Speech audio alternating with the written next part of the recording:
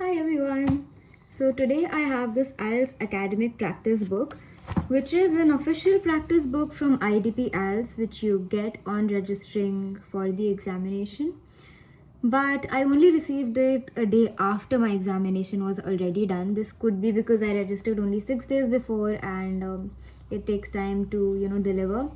So it's of absolutely no use to me. So I thought I'd share some information from this and make it useful to whoever's watching it.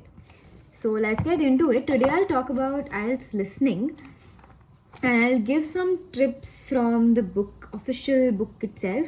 Since it's official, this is the only place that you should refer to for any kind of information and avoid any kind of false information floating around. So according to this, the time for the listening section is 30 minutes, and since I already mentioned in my previous videos, but I'll brief you about the listening section in general very quickly. So listening section is for about 30 minutes, where you have 4 listening tasks, where you have 4 audios, and there are a total of 40 questions, 10 questions per recording. So, and the number of questions could vary. There could be fill in the blanks or match the column, or there could be a map where you have to mark where something is with respect to the entrance. Say for example, you have a shopping complex. So the recording could be about, so you enter, then there's the manager office, and then on the bottom right there's the kitchen section, and next to the kitchen section there's the play area. So you have to pay attention to all the directions. So that is what happens in the map kind of a thing, where you have to label diagrams. So I'll tell you, there are 4 parts, and there are 4 different kinds of audios for all the parts.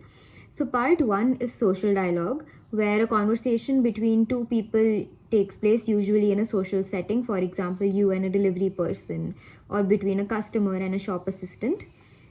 That is one. Second is a social monologue.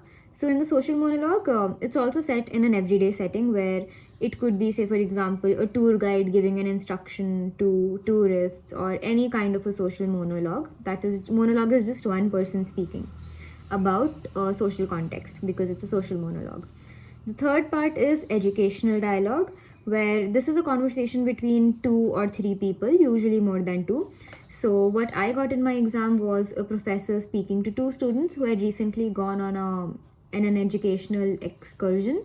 So they had a conversation about how was the trip, what did you learn, what were some of the challenges, and so you have to keep track with you have to keep track of all the 3 people. It's not that hard. The pace is slow, and just make sure that you focus on the correct words being said, because in my case, this particular section I'm talking about, the part 3, there were multiple choice questions. Okay, so there was a question, and then there were 3 options, A, B, C, and you have to choose the correct answer, and the 3 answers were very close to each other.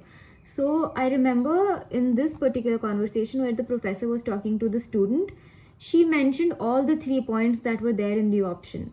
So basically all the 3 points could be correct, but there was only one correct answer because of this one particular word that she used, because I think they preferred or something like that. So pay attention to what they're speaking. Just because they say a word in the conversation and you see that word in the MCQ doesn't mean that it's the right answer.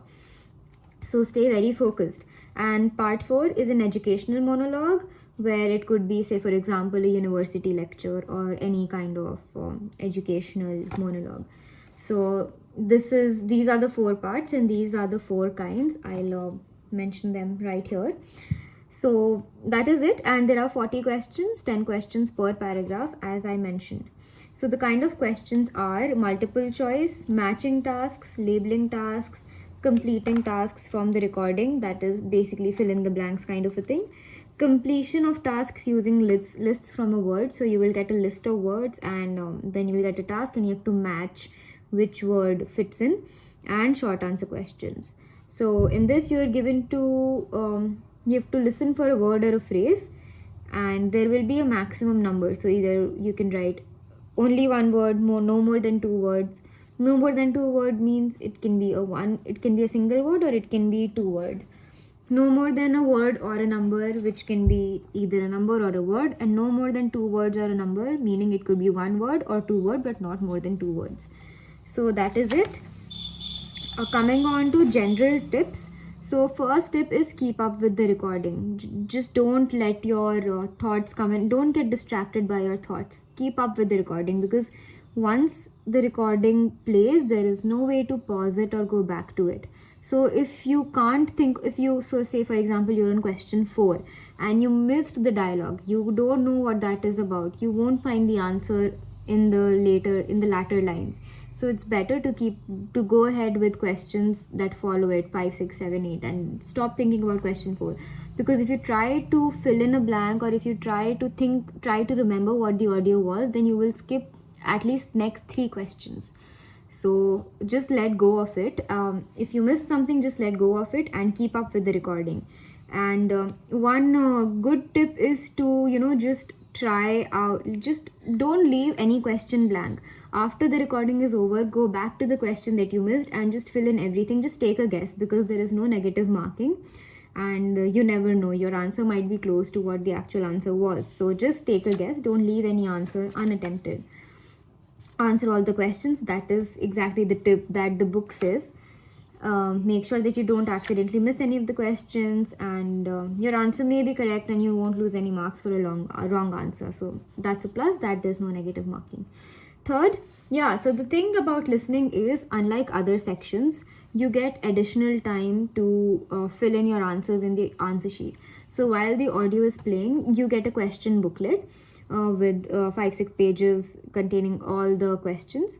So you have to mark all the answers in the question booklet itself while the recording is playing. You can scratch the answers, you can rewrite your answers, but once the recordings are done, you will get additional 10 minutes to transfer all the questions in your answer sheet, which is basically answer sheet is basically a table of 1 to 40 where you write the correct answer letter instead of the number. Make sure that your answers are centrally aligned and that your handwriting is absolutely legible.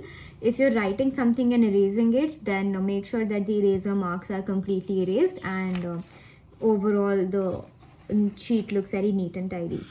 So one major tip for this section is, before you even start to listen to before even the audio begins and you start listening to it, read all the questions. So you get about 30 seconds to 1 minute depending on the audio to read all the questions.